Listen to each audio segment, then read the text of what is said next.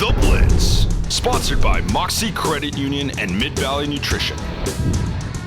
Welcome to The Blitz, and it's a special playoff edition here. I'm Frankie Tovar alongside Eddie Ruiz, and we got a very intriguing game for you guys. It's Turlock versus Franklin High. It happened on Friday at home. That's right, Joe Depley Stadium for the Bulldogs. It was Turlock's first home playoff game in more than a decade, and they were searching for their first playoff win since 2010. And what happened? Did they do it, Eddie? Did they come away with the victory? They didn't, but I wasn't there. I did a little research on Franklin before they played Turlock, just to get an idea. Their strength of schedule, it was better than Turlock's. I'm sorry, they played some of the toughest competition in the state. It helped them in the long run as well, obviously. And it just seemed like they were just a little bit more prepared than Turlock. That's essentially just what it came down to. But even with that being said, Turlock had an opportunity to take the win late in the fourth quarter. They were down by 3 points, but they couldn't pull it off. No, and then as far as Pittman and Hillmar are concerned as well, I mean, they both went to the playoffs as well. Yes. Pittman lost. Hillmar won. We'll get into that after the highlights. But we got to check out the highlights, man. I want to see the highlights too. Let's go. Check them out. Throw them on. Turlock gets the ball first, but they run into that Franklin defense immediately. The Wildcats stifling Turlock and forcing a punt before they get things going with a first down on the first play of their possession. It leads to a Kadero Tamadong 36-yard touchdown run to seemingly put the Bulldogs down early. But wait a minute, that touchdown's called back due to holding, and Turlock has dodged a bullet. Pete Dudseth, he's back. Look at that stiff arm. This guy making a couple jukes, making some guys miss. I got a first now, a little bit more than right here, making his way inside the 20-yard line. He would go out of bounds just past the 10, but wait, he's hurt. Out for the game, so Don Tilby, 20-yard field goal. They take a 3-0 lead. Lamar Jackson answers right back with a 42-yard pass to Donovan Hawkins, setting up a 20-yard touchdown run from the quarterback. Watch Jackson weave through the defense and wave goodbye to Velasquez, but the refs wave goodbye to the touchdown due to holding. But on the next play, Tamadong drives him down into Turlock territory, setting up an Eric Turner 1-yard touchdown plunge to make it 3-7, Franklin's lead. But Franklin, with that explosive team that they have, Hawkins, a reverse 45 yards down the far end of the field. They pick up a first down and a lot more, eventually leading to this 2-yard run on the sideline from Jackson to take a 13-3 lead with 5:30 left in the second. They say sugar is sweet, and so was this run. Watch Danny Velasquez take the ball 58 yards for the touchdown. He's in at quarterback, but he's still a dangerous runner as he blasts down the sideline. Turlock trailing 9-13 in the second quarter. Turlock's defense finally stepping it up, being able to stop Franklin a little bit. Yeah, you're not getting anything. A reverse attempt right here. Darryl Savage, though, having none of it. Nice tackle, but this leads to a broken down play. It's happened a couple times this year. Jackson to Tariq Glenn. 48 yards down the field, a 20-9 score with 9:52 left here in the third after that score. Jackson getting greedy here. He stumbles, but recovers, and lets loose a 37-yard touchdown pass to Hawkins, who splits two Turlock defenders to make it 27-9.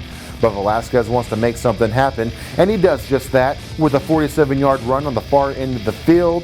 And if you tack on a 15-yard personal foul at the end of the play, you get this. An 11-yard touchdown run from Brandon Booz after the pitch. He crosses the goal line and makes it 27-16.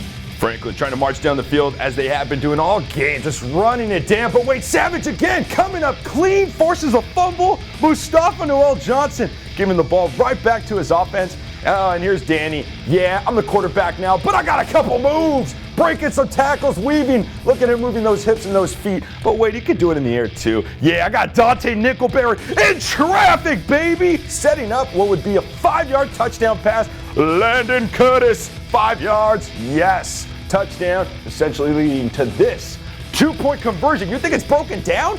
Nah, baby, I'm Danny Velasquez. 2-point conversion good. 27-24 with 9:56 left in the game. Jackson, though, saying no to a Turlock comeback. He's weaving, he's juking, he's sidestepping, and he's crossing the goal line from 25 yards out for a touchdown to make it 34-24. Turlock is in desperate need of a drive. They have a failed hook and ladder attempt.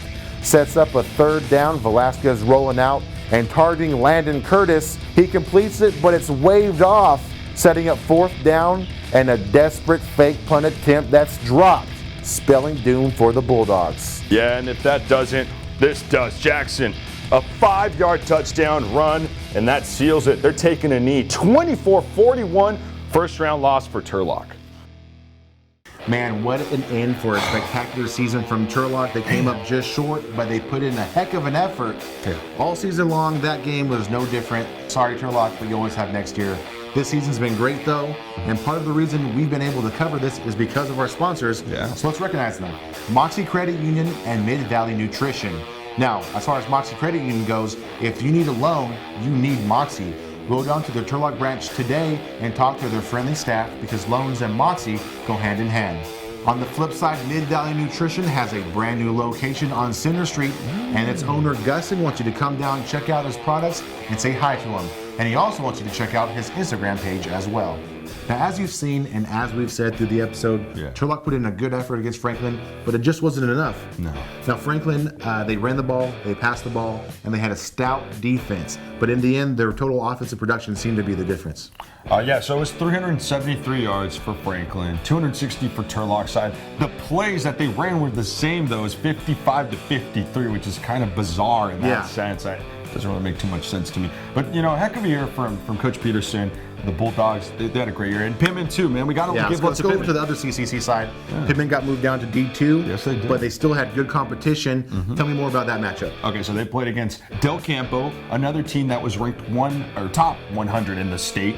They put on one heck of a matchup. They shut them down in the second half, as they have all season long. They've been a second half team. We know that. Yes. And their broadcaster, I spoke with him, Will James. He said that the front seven in that defensive Pittman was just as good as I told him. So what's up with that? My scouting report was a little on point. So they should have a good team next year as well. Turlock and Pittman, again, battling for the top 2, top 3 position in the CCC. Maybe one of them will be able to dethrone Merced and take that CCC championship. Let's see. But hey, the CCC is done. But one team remains, and they're from the Trans Valley League. And let's guess who that is. Who is it, Eddie? Oh, I like them, man. Hillmar High, Hillmar High, the Yellow Jackets. Killer Bees on the swarm. They are advancing. They got moved down to D6, which is a little surprising to both of us. But hey, they're taking care of business as we expected. You were at that game. Drop some knowledge about the Yellow Jackets. Oh my goodness. All right. So it was the first round, okay? They played a lower seed in Mariposa, but they were 6-4 going into that game. So it wasn't going to be no walk in the park. Mariposa didn't make it easy. But you know what? That offense of Hillmar's was as explosive as they have been all season long. They were efficient. They were good. They need to do better, though, if they want to beat Ripon Christian in that next round, okay? Huge matchup. Huge matchup. Now, if they get this victory, we know that's going to be 2 years out of the last 3 to go into that section championship game. So, Hillmar, good luck against RC. Know that they're tough competition, but we will be there. That's the game we're going to. We'll be right there. And of course, D6 has a shorter bracket, so if they win, they're in the championship game. That's right. This is the semifinal matchup. Hillmar versus Ripon Christian. We'll be at that game, and we'll have that coverage on Monday for you. So come right here. TurlockJournal.com, and don't forget our YouTube channel. You can also follow us on Facebook, Instagram, and Twitter. You won't want to miss that matchup. You don't. Eddie's going to be excited. I'll be relatively animated, and we'll have all the highlights for you. So until then, I'm Frankie Tovar, right here with Eddie Ruiz saying, later.